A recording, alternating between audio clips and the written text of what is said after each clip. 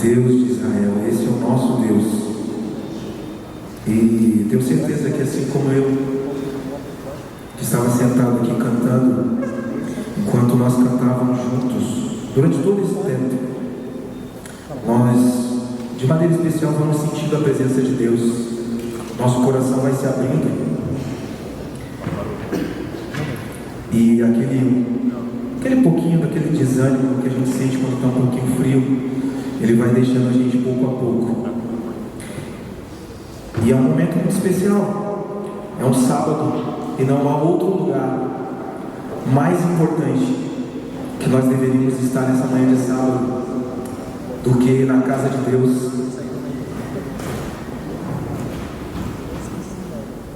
Nesse lugar especial, e por isso eu quero convidar você nesse momento a fechar os teus olhos para a gente orar juntos. Querido Deus e Pai, obrigado, Senhor, uma manhã de sábado fria, mas nós sentimos o nosso coração já aquecido pelo Teu Espírito. Que o Senhor possa nos usar, possa nos transformar, possa nos moldar a Sua imagem e semelhança, e que a Tua palavra possa ser aberta nesta manhã para transformar o nosso entendimento. Que não seja apenas mais um sábado, apenas mais uma mensagem, mas que o Espírito Santo possa achar lugar no nosso coração para não sair nunca mais. Em nome de Jesus oramos. Amém.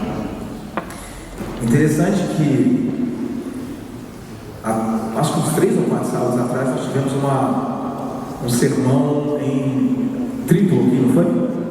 Os adolescentes pregaram, se não me engano foram 3 que pregaram. Hoje o sermão vai ser duplo. Por que duplo? Porque eu não poderia fazer satisfeito.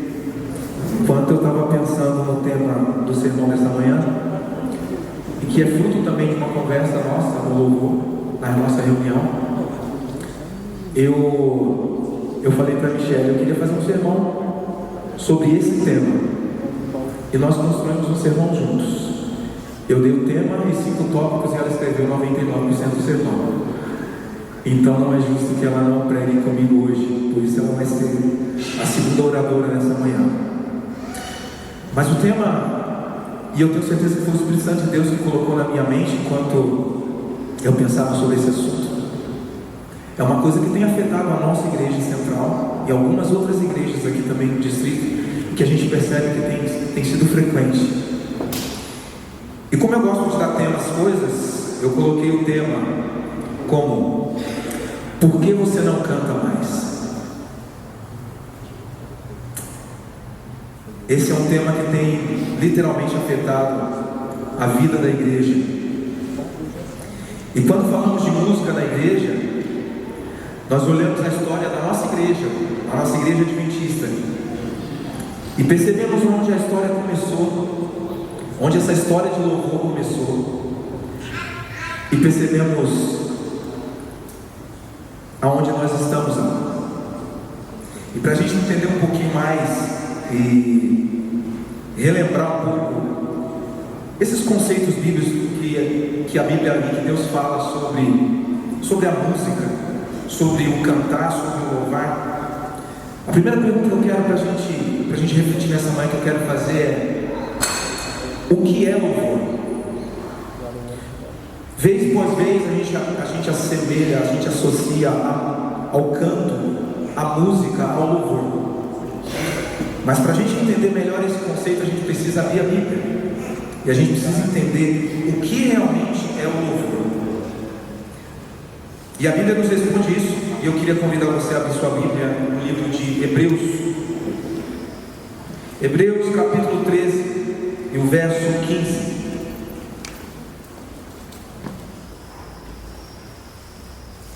Hebreus 13, no verso 15, diz assim na minha Bíblia, e acredito que na de vocês também: por meio de Jesus, pois, ofereçamos a Deus sempre sacrifício de louvor, que é o fruto de lábios que confessam o seu nome.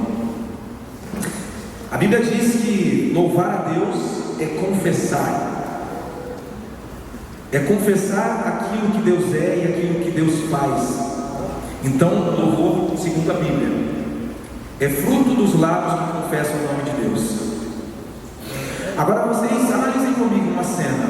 Imagine uma pessoa, alguém aqui da igreja, que recebeu uma bênção muito grande de Deus, algo que estava buscando há muito tempo, talvez uma cura, sei lá, um emprego, e essa pessoa recebeu de Deus essa bênção e ela se põe de joelho, emocionada, e começa a falar com sua mente com Deus, e agradecer, e a louvar o nome de Deus na sua mente. E é uma cena emocionante, uma cena verdadeira. Mas vocês acham que isso é louvar a Deus? Segundo a Bíblia, louvor é o fruto dos lábios que confessam, que agradam, que falam desse Deus maravilhoso. Agora, se você, por receber de Deus uma dádiva, uma bênção, de joelhos ou de pé, ou sentado, ou no trabalho, ou em casa, você abre a sua boca e você glorifica esse Deus, então isso é louvar. E através de muitos versos da Bíblia a gente encontra a definição de louvor e aquilo que Deus espera de nós. E é inevitável, por causa dessa passagem que lemos em Hebreus e de várias outras, não associarmos diretamente o louvor à música. E é por isso que muita gente fala que quando nós cantamos nós louvamos a Deus, e quando nós tocamos nós louvamos a Deus. Olha só que a senhora White, uma escritora, e eu não sei se todos aqui são adventistas, mas para aqueles que não são, ela é mais uma escritora em que a igreja adventista crê como inspirada por Deus. E ela diz assim, no livro Educação, página 167: como parte do culto, o canto é um ato de adoração, tanto quanto a oração. Vou ler de novo para a gente entender melhor.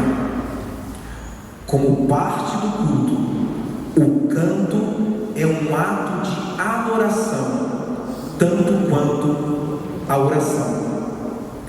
Mas hoje em dia, quando nós olhamos para os nossos cultos, e que tipo de música vocês acham que nós encontramos na adoração a Deus? Qual é o fruto que sai dos nossos lábios quando nós adoramos a Deus? Muitas vezes, nem mesmo, e aqui eu queria abrir um parêntese, em conversas nossas, em reuniões, e nós percebemos que a igreja, ela deixou de cantar. Eu vou falar especificamente da igreja central de Foz. Não são todos, mas a igreja como essência, ela parou de louvar a Deus através da música.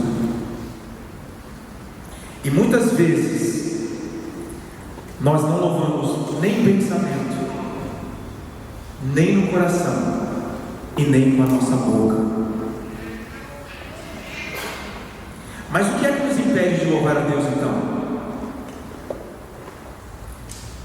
Talvez para respondermos essa pergunta nós precisemos fazê-lo ao contrário.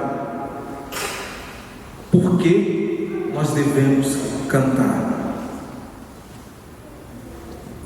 E eu gostaria de convidá-los a abrirmos a Bíblia mais uma vez, no livro de Salmos 95. Salmos 95, no verso 1, 2 e no 3 também, acho. Diz assim: vinde, cantemos ao Senhor com júbilo, celebremos o rochedo da nossa salvação. O motivo de nós louvarmos, Ele é a nossa salvação. Saiamos ao seu encontro com ações de graças, vitoriemo-lo com salmos, porque o Senhor é o Deus supremo e o grande Rei acima de todos os deuses. Se nós reconhecemos Deus como o único Deus, nós não teremos outra atitude a não ser louvar esse Deus. Outra passagem, Colossenses 3,16.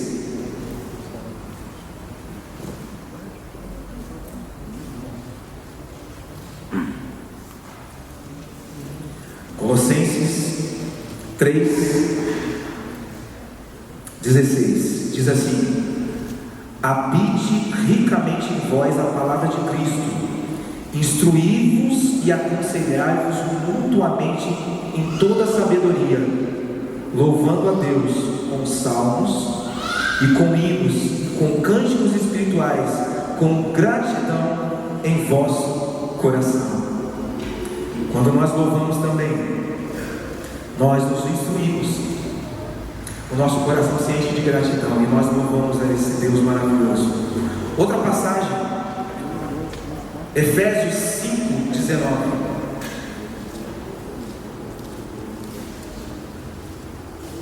Efésios capítulo 5, verso 19 diz assim: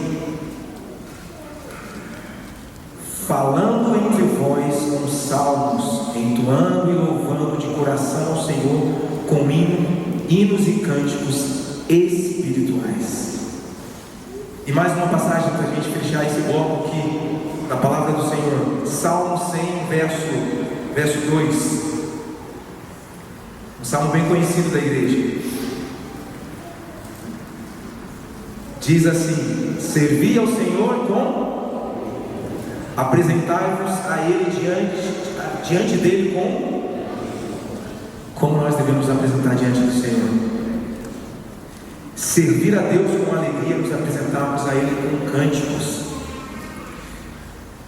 Ellen White disse outra coisa interessante, diz assim: o canto é um dos meios mais eficazes. Eu queria que você prestasse bastante atenção aqui nesse momento.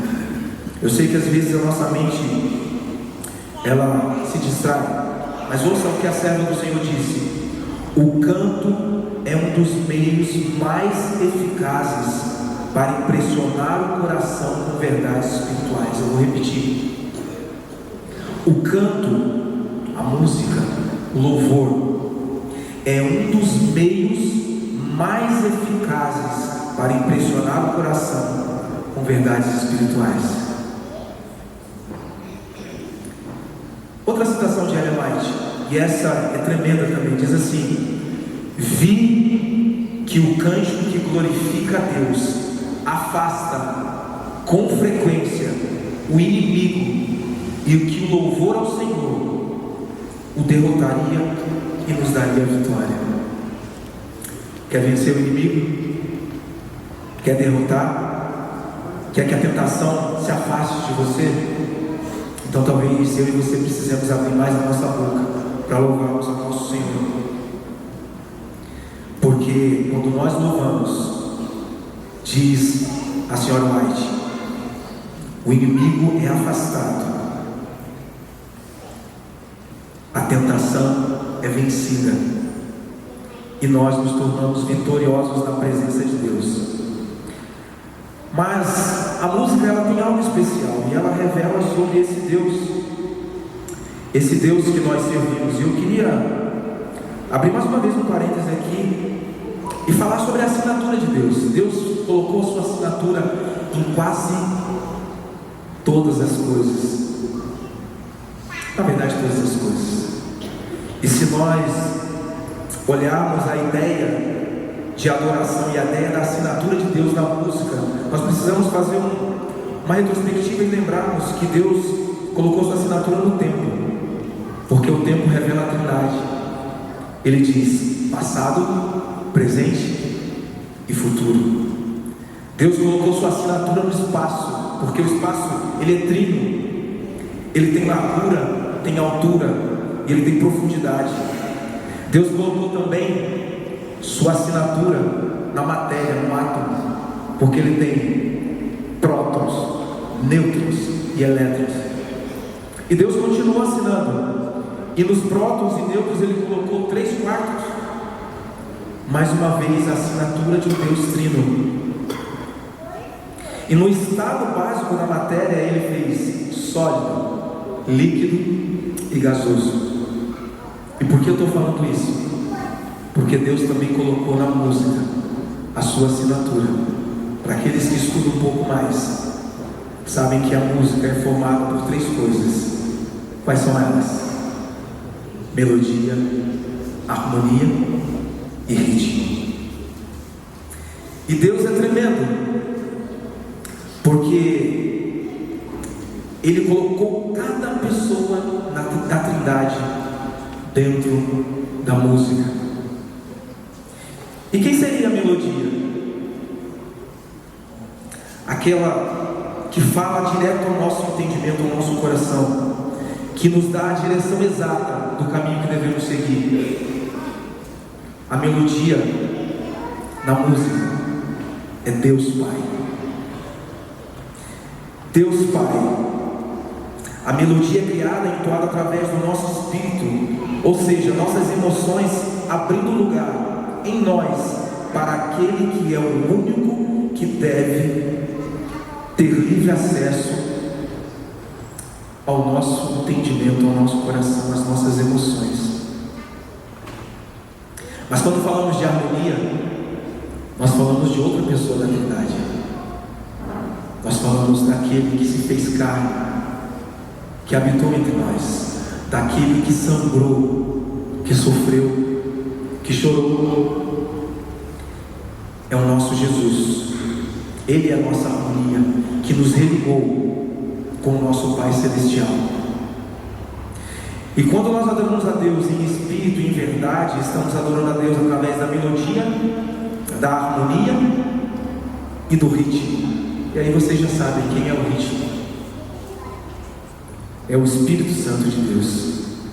Veja que o ritmo ele tá representado na Bíblia. Se nós formos a Gênesis capítulo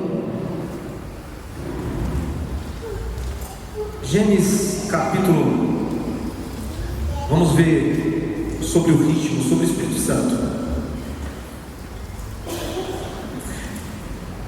Diz assim: no princípio criou Deus os céus e a terra.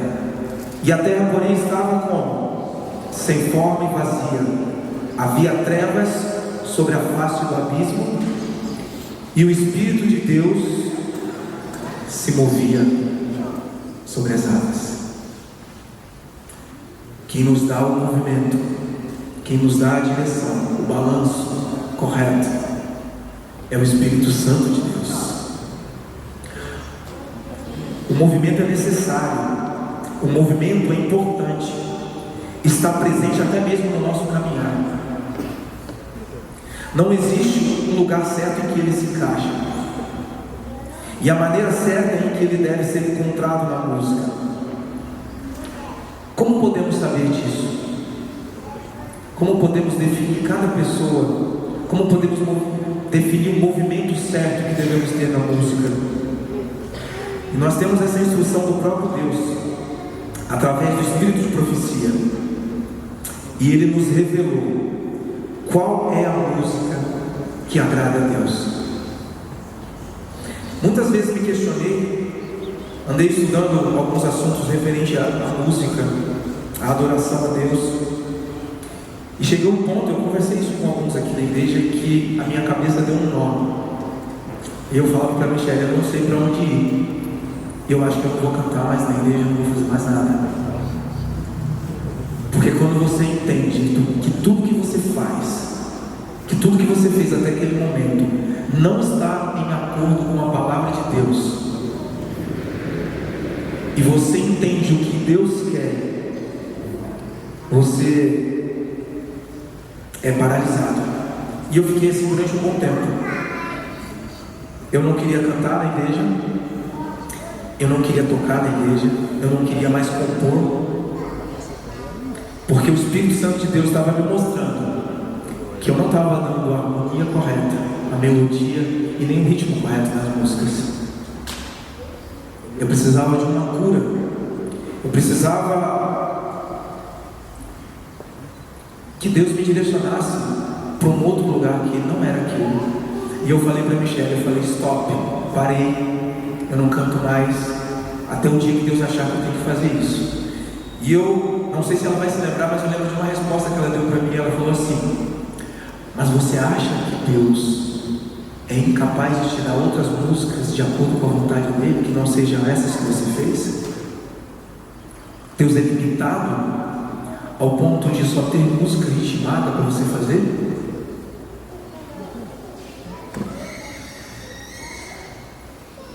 A partir do momento que entendemos a verdadeira música de adoração a Deus, e é aquela que é executada no céu, precisamos urgentemente analisar as características da música celestial, a fim de também agradarmos em nossa adoração aquele que é o nosso Deus. E nós temos pelo menos 8 relatos do Espírito de Profecia, de qual é a música em que Deus se agrada. Acordes musicais perfeitos. E eu quero convidar a Michele para continuar o sermão a partir deste ponto que eu parei. E que Deus tenha misericórdia de nós, que possamos entender estes 8 aspectos que ela vai apresentar para vocês, porque eles fazem parte da música celestial e a música que nós devemos adorar a Deus. A música de adoração a Deus é aquela que é executada no céu. Nós precisamos urgentemente analisar algumas características que essa música tem, a fim de que o nosso louvor e a nossa adoração também sejam aquele louvor e aquela adoração que agradam a Deus.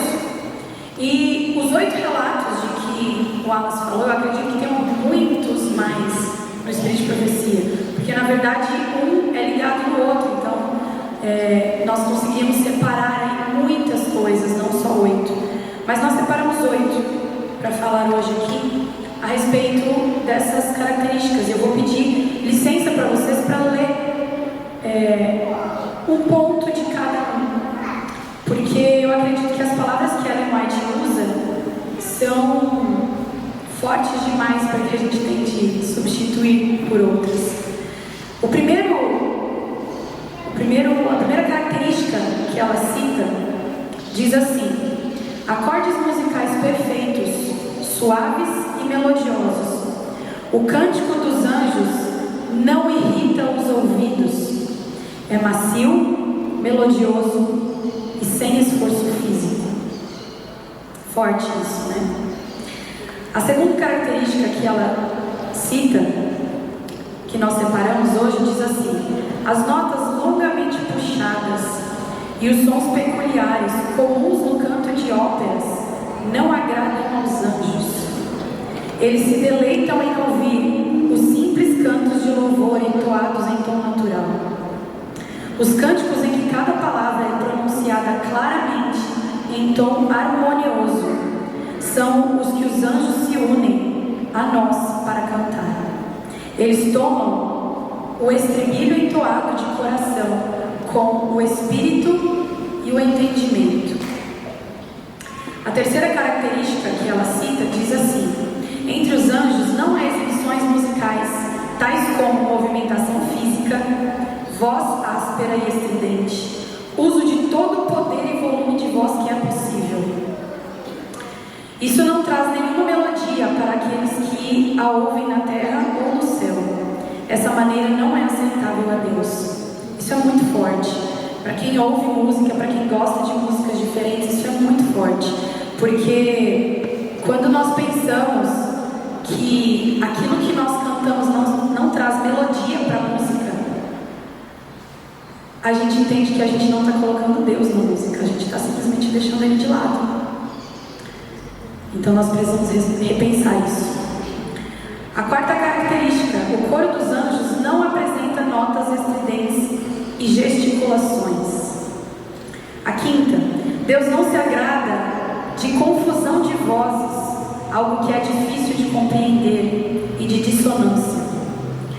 A sexta: quando os salvos se reunirão no céu, os anjos dirigentes desferirão o tom, e então todas as vozes se alçarão em louvor grato e feliz, e todas as mãos deslizarão habilmente sobre as cordas da harpa. originando uma música melodiosa com acordes ricos e perfeitos. Seus dedos não corriam pelas cordas descuidosamente, mas faziam vibrar diferentes cordas para produzir diferentes acordes, majestosa e perfeita, a música do céu. A sétima característica e a oitava, na verdade, elas são uma sequência. E diz assim: depois dos anjos dirigentes, todas as mãos deslizam com maestria sobre as cordas da harpa, tirando-lhes uma música suave em ricos e melodiosos acordes. Diante da multidão está a cidade santa. Jesus abre as portas e a angélica multidão entra por elas, enquanto a música prorrompe em arrebatadora melodia.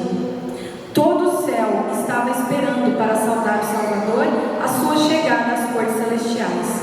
Ao ascender, abriu ele o caminho, e a multidão de cativos libertos, a sua ressurreição, o seguiu. A hoste celestial, com brados de alegria e aclamações de louvor e cântico celestial, tomava parte da jubilosa comitiva. E aí, na sequência, a oitava característica diz: por entre o agitar dos ramos de palmeiras, os redimidos derramam um cântico de louvor claro, suave e melodioso. Todas as vozes aprendem a harmonia, até que arreboa pelas abóbadas do céu. E aí o relato continua. Tudo que nós ouvimos aqui, tudo que nós entendemos com esses relatos, é que nós precisamos prestar atenção em uma coisa muito clara que foi escrita aqui. Aquela música do céu, a música que é executada lá, a música que é considerada perfeita, aquela música de que Deus se agrada, ela distingue e ela enfatiza apenas dois dos três elementos que o Wallace citou. Os três elementos que a música possui. Ela exalta e ela distingue apenas a harmonia e a melodia. Ela é entoada com o espírito, que são as nossas emoções, e com o entendimento, que é a nossa mente. Além disso, Ellen White diz que não há exibições musicais tais como movimentação física, dissonância, voz áspera e estridente, e o uso de todo o poder de volume de voz que é possível. No livro Testemunhos Seletos, no volume 2, página 593, Ellen White diz o seguinte: para a alma crente e humilde, a casa de Deus, que é a nossa igreja, a casa de Deus na terra é como a porta do céu. Os cânticos de louvor e oração, a palavra ministrada pelos embaixadores do Senhor, são os meios que Deus proveu para preparar o povo para a assembleia lá do alto, para aquela reunião sublime, a qual coisa nenhuma que contamine poderá ser admitida. Nos nossos dias, hoje em dia, com a internet, com as pesquisas científicas que já foram feitas, com todas as informações a que nós temos acesso, nós temos conselhos inspirados, nós temos as pesquisas, nós temos até mesmo experiências de vida. Muitas pessoas já relataram experiências de vida que envolvem a música. E essas coisas nos proporcionam um meio adequado para que a gente possa compreender qual é a natureza e quais são os objetivos básicos da música. Para nós que somos adventistas do sétimo dia e que nós aceitamos os conselhos de Ellen White, os escritos inspirados por Deus que ela nos deixou, nós entendemos que esse objetivo, que o objetivo da música é muito claro. Ele tem o objetivo de louvar e glorificar o nome de Deus e edificar o homem. Esses são os dois objetivos da música. Ela é o meio pelo qual Deus pode comunicar-se conosco e revelar alguns aspectos da natureza divina que Ele tem. Assim como Alice citou, todas as coisas do mundo que revelam a Trindade, que revelam a característica de Deus, na música, o objetivo da música também nos revela isso. Nós precisamos estar atentos para ouvir as características de Deus, como Deus se revela para nós através da música. E já que ela é usada para promover a saúde física, a saúde mental e a saúde emocional do homem, para edificar o homem de todas as formas que Deus deseja, nós sabemos, através de pesquisas, através de estudos, que a música pode ter acesso ao nosso cérebro, à nossa mente, sem nenhum tipo de filtro. E é exatamente por isso que Satanás é tão habilidoso em usar esse meio para poder entrar na nossa mente. Ele é capaz de embotar as percepções espirituais que nós devemos ter. E ele também consegue suscitar através da música e estimular certos estados emocionais que talvez nós não devêssemos ter, ou que talvez nós devêssemos controlar melhor. E por causa da música muitas vezes nós não conseguimos. E quando a gente entende o poder que Satanás tem através da música na nossa mente, nós voltamos àquela pergunta inicial que o Wallace fez. O que é que nos impede de louvar a Deus? Por que é que você não canta mais? Por que é que muitas vezes nós deixamos de oferecer a Deus o fruto mais puro, que é o santo louvor que Ele espera de nós? E nós temos uma resposta que é simples, mas é muito profunda e muito verdadeira. E essa resposta, para mim, e eu espero que para vocês hoje também, ela vem através de uma história que eu ouvi. E é uma história real, uma história verdadeira, que eu nunca tinha ouvido nas aulas de história, na escola. Mas ela fala sobre a época da Segunda Guerra Mundial. Há cerca de 70 anos atrás, pouco antes da Segunda Guerra Mundial terminar, o exército brasileiro foi participar da batalha junto com os opositores ao exército alemão. E a tropa brasileira ela foi designada para ir para a Itália, lá nos Alpes italianos. O lugar lá é muito frio mesmo, um frio assim de matar. E o objetivo inicial das tropas brasileiras era tomar um monte que se chamava Monte Castelo, onde tinha uma base nazista lá presente. E de um lado na guerra vinham os soviéticos vencendo o exército alemão. Do outro lado vinham os americanos também conseguindo conquistar o território ali e vencer o exército que eles estavam lutando, o exército nazista. Mas do sul, que era ali por esse trecho, por essa entrada na Itália, a guerra estava parada, porque ninguém conseguia tomar a base nazista que tinha no Monte Castelo, porque a característica ali era assim: no topo do monte foi feita a base nazista, e da forma como eles fizeram aquela base, eles conseguiam ver todo mundo que estava para baixo, tudo eles conseguiam ver, e quem estava de baixo para cima não conseguia ver nada, não era capaz de enxergar nada que tinha lá. Então não tinha como. Se eles tentassem tomar aquela base durante o dia, eles iam morrer, era uma missão suicida, porque eles iam tomar tiro e rapidinho todo mundo seria morto. Se eles tentassem tomar aquela base nazista durante a noite, aí não precisava do exército nazista, porque eles iam morrer de frio, era muito frio. Então no máximo que eles teriam que tentar fazer era começar a subir o monte 6 horas da tarde mais ou menos, à meia-noite eles já tinham que ter terminado, porque senão todo mundo ia morrer congelado. E o exército brasileiro foi. Eles estavam lá, foram designados para isso. E eles falaram, tudo bem, a gente vai tentar. E eles fizeram a primeira tentativa, e foi um desastre. Um desastre. Fizeram a segunda, fizeram a terceira, fizeram a quarta tentativa, todas desastrosas. E na quinta tentativa, o general brasileiro tomou uma decisão. E ele reuniu todas as tropas brasileiras que estavam espalhadas pela Europa. Ele falou, vamos subir todo mundo junto. Só que eles sabiam que isso era uma missão suicida.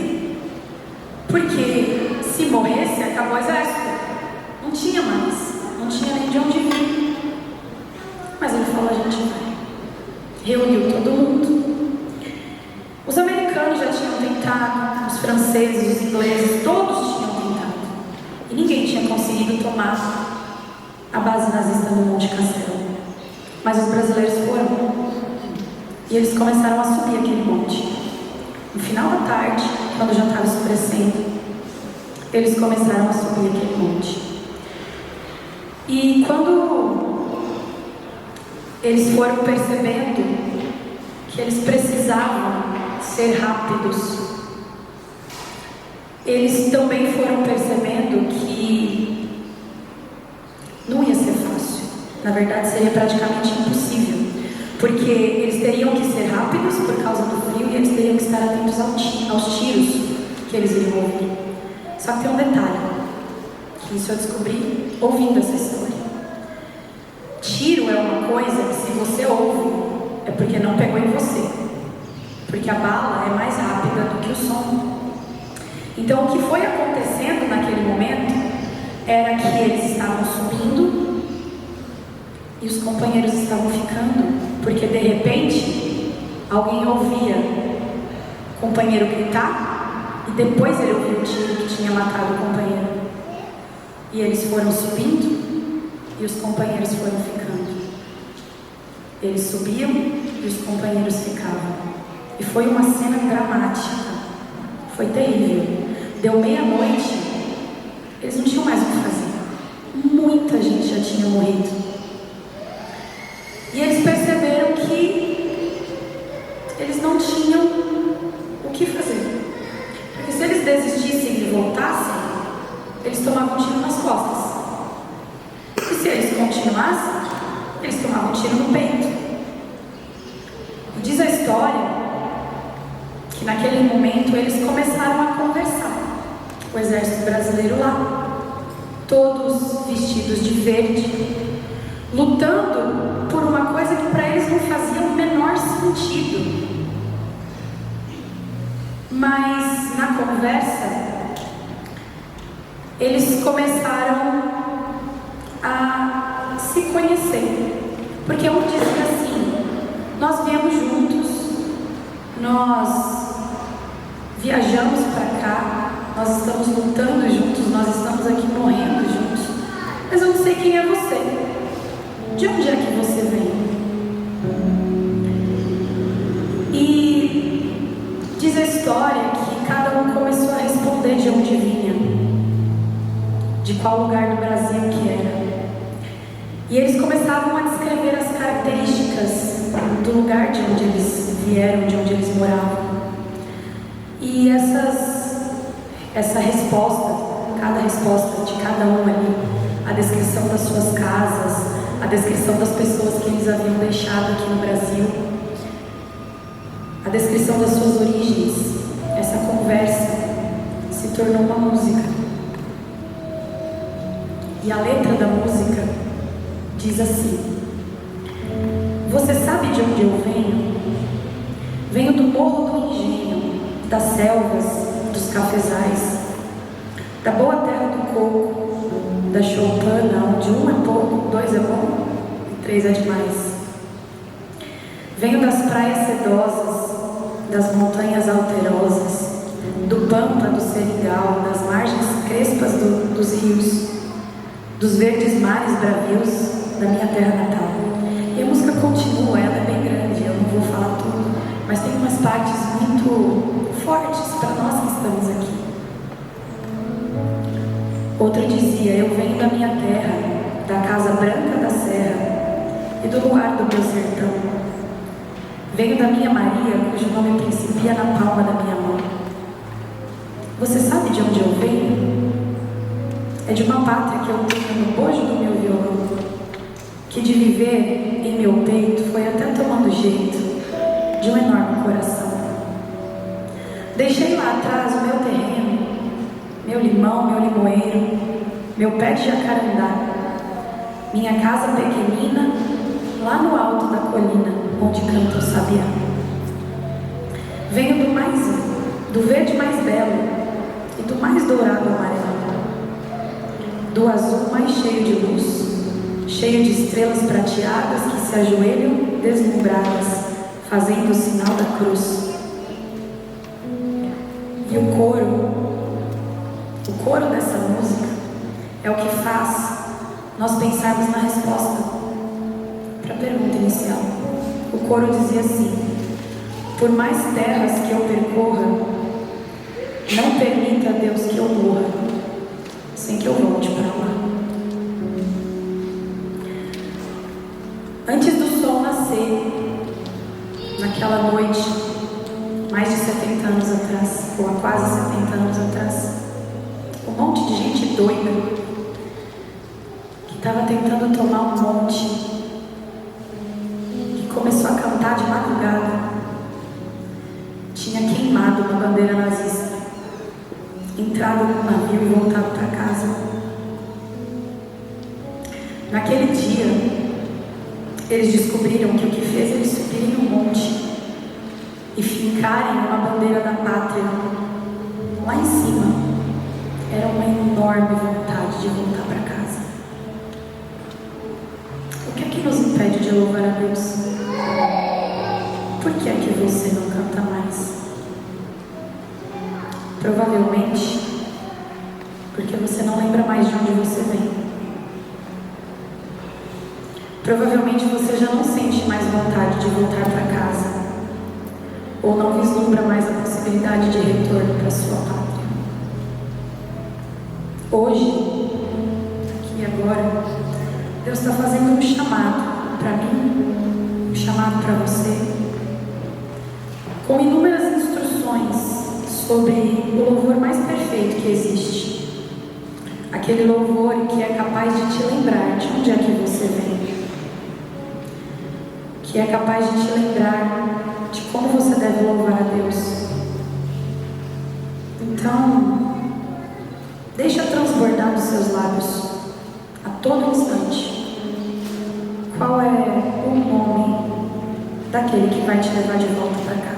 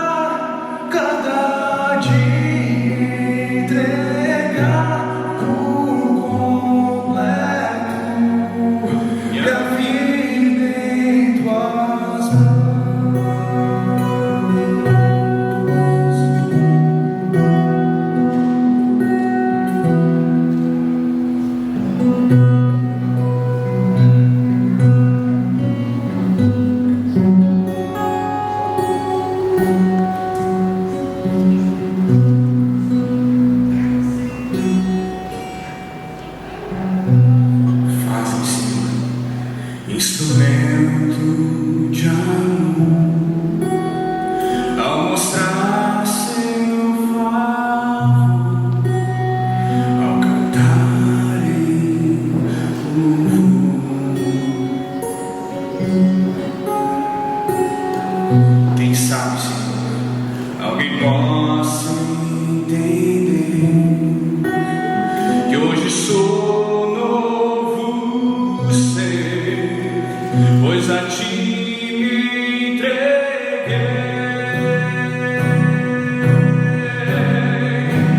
Meu Mestre Cristo, por vezes neguei ao meu Cristo. Eu sei quem eu sou. Vem me ajudar cada dia entregar por completo e a vida em tuas mãos. Meu Mestre Cristo, por vezes neguei ao meu Cristo. Eu sei quem eu sou. Vem me ajudar cada dia entregar por completo e a vida em tuas mãos. Vem me ajudar cada dia entregar por completo.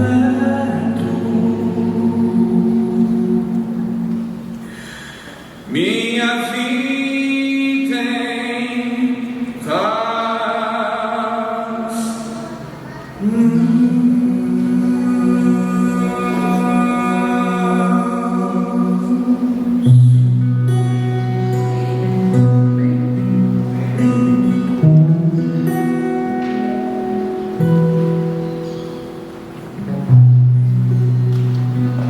Convido vocês todos a levantarem para que nós possamos orar juntos,